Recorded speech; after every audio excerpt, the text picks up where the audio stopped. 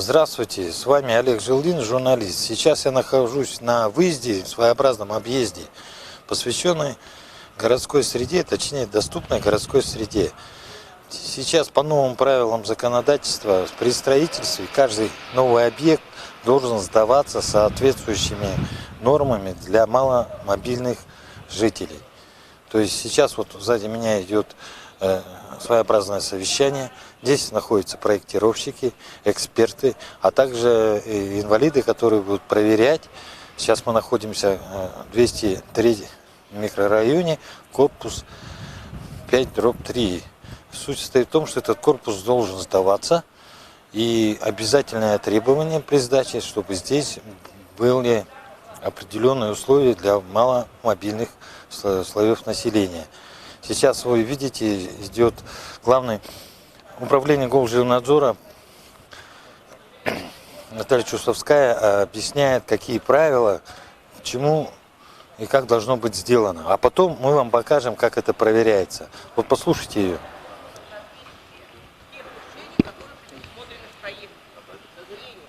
Это сегодня так.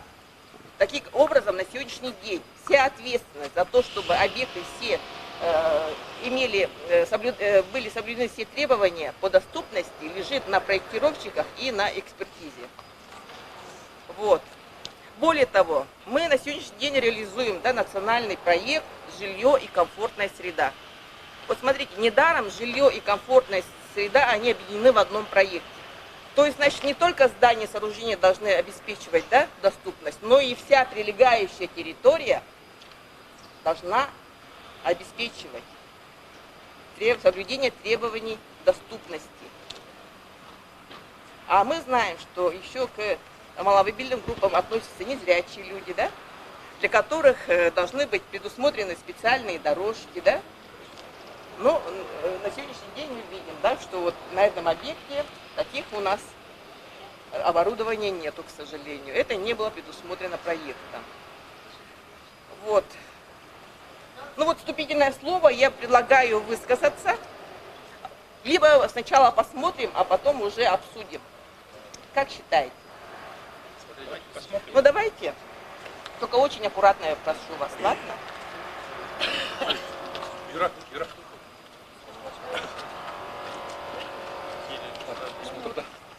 Дело в том, что у нас же вечно мерзлые грунты. К сожалению, все дома, за исключением 203-го микрорайона, на сваях, которым очень трудно спроектировать именно оборудование, либо какие-то конструктивные элементы, которые позволяли бы обеспечить. Но закон требует, доступность должна быть. На 203-м у нас, видите, более такие условия, которые можно даже с первого этажа сразу пройти, То есть нет лестницы? Да, вы заметили, свай-то нету. Вот закачивай.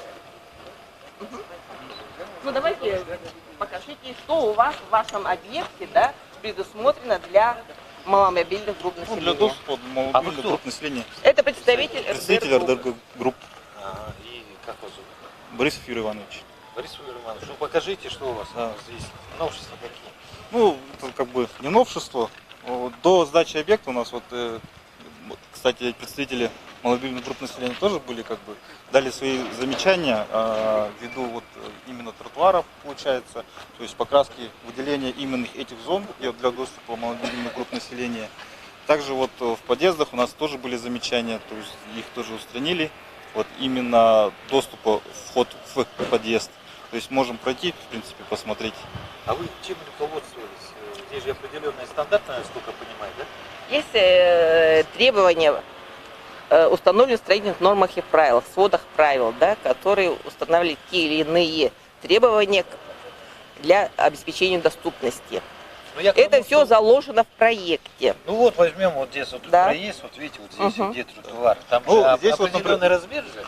Да, здесь получается минимальное расстояние метр, как раз на ширину, на длину бордюра получается, но в проекте у нас не было учтено, например, этих выделения, то есть покраска этих бордюров, то есть это было уже дополнительное замечание, представителей, и все эти замечания учли, то есть здесь у нас все въезды и той стороны, с наружной стороны, со стороны Хабарова и стороны Мулана, везде покрашены, и с дворовой части покрашены. Также у нас имеется, вот где у нас большой, ну как большой перепад, перепад в виде лестниц и так далее, мы обустроили сразу пандуса, предусмотрели, получается. И вот сейчас вот пройдемте в подъезд, посмотрим. Ура!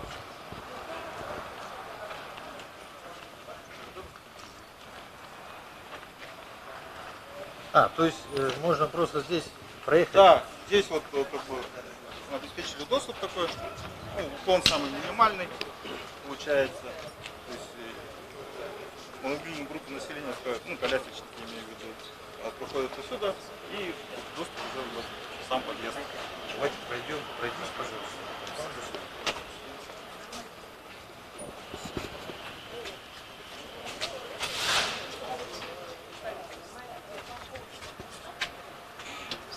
Ввиду того, что у нас были большие перепады вот именно где вот установлена дверь, получается, да, мы предусмотрели, по сглаживанию в виде, листовой стак положили. Но это было дополнительное замечание. То есть, где у нас были, получается, выше 4 сантиметров перепады, да, вот в этих местах мы приняли такое решение, что дополнительно устанавливаем вот такие вот склоны, чтобы колясочкам более-менее было удобно проходить. Заходи в подъезд. А дальше как? Покажите. Дальше, да. А то на втором этаже лифт. А дальше получается у нас уже лифт на первом уровне.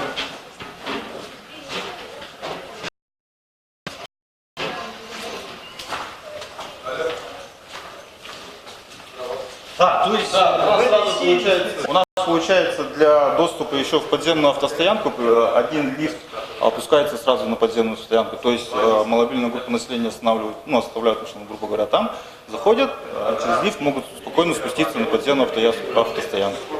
ваша компания вот на 203-м везде такие проекты делает, да? Ну, стараемся, да? Так. Просто правило непривычно, что на первом этаже лифт, обычно на втором. Вот у нас вот на первом, во всех наших домах на первом этаже вот предусмотрены вот эти вот. Я почему-то говорю, если взять дом инвалидов, который находится на Сюэте, да? Там, извините, даже на втором этаже лифт.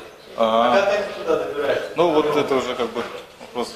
И сейчас вот получается на одном большом нашем грузовом лифте можно спуститься до подземной автостоянки и в принципе там тоже доступ также Это организован. То есть Да. может сразу машину. Да. У нас получается, проектом предусмотрено то, что обеспечение доступа на первый этаж, а дальше уже по лифтам, по этажам. Но там, наверное, нет порогов, да, с лифтом? Нет, там ровная поверхность получается. Тоже ровно. Пол ровный. Именно. А то обычно пороги, они всегда просто... Да, ну вот где вот у нас пороги, где выше 4 сантиметров получились, мы вот этим листом заглаживаем, получается. Это у нас в основном проблема вот 3 двери, которые входные были. И второй вопрос такой, стандартный, да, для любых колясок получается, да? Да. Для любых, то есть Да. они есть узкие, есть широкие. Да. Ну, проектом предусмотрено, у нас проектом было метр, вот именно ширина. Вот это предусмотрели. Да. У нас метр был по проекту. Нет, Метр. между поручнями 90. Скажите, пожалуйста, имя, фамилия и как групп Борисов Юрий Иванович. Борисов? Юрий Иванович. Юрий. А попробуем открыть лифт? Сейчас Там порога нету, да? Там порога нету, там ровный пол получается. Ну, в принципе, у нас такая ситуация, во всех подъездах вот так получается. Давайте Не, лифты они сейчас пока заблокированы стоят. выйти в квартиры. Квартиры это уже другая история, потому что насколько у меня... Во-первых, порог, да? А балкон можно посмотреть? Там есть порог. Там есть порог, Но здесь еще как бы... Между комнатами, вот смотрите, да, нормально. А вот ширина сколько проема? Вот видите, в ванной комнате должно быть тоже ширина проема в ванной комнаты, да, тоже должно соответствовать. Не менее 90. 90 это впритык, метр 10, наверное. У нас есть противоречие в законодательстве, да, в СП о том, что, значит, по заданию заказчика, да, если действительно в этом доме будут проживать человек, который относится к маломобильным группам населения, да, и, например, инвалид, то это указывается в тех заданиях. Но есть у нас еще и другой закон, о том, который говорит, что надо проектировать здание таким образом, чтобы потом не требовалось его переделывать, переустраивать и так далее. То есть изначально все это надо предусматривать. А как можно предусмотреть, если инвалид может купить квартиру, а может не купить? Ну, к сожалению, да, тут не угадаешь. Не угадаешь. И как Да? быть нашим бедным застройщикам?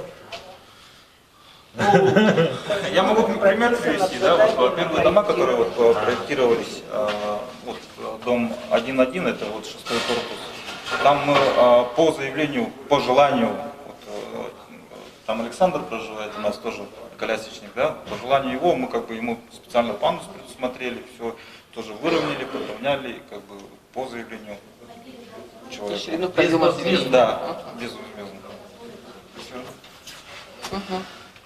Ну, давайте на придомовую территорию.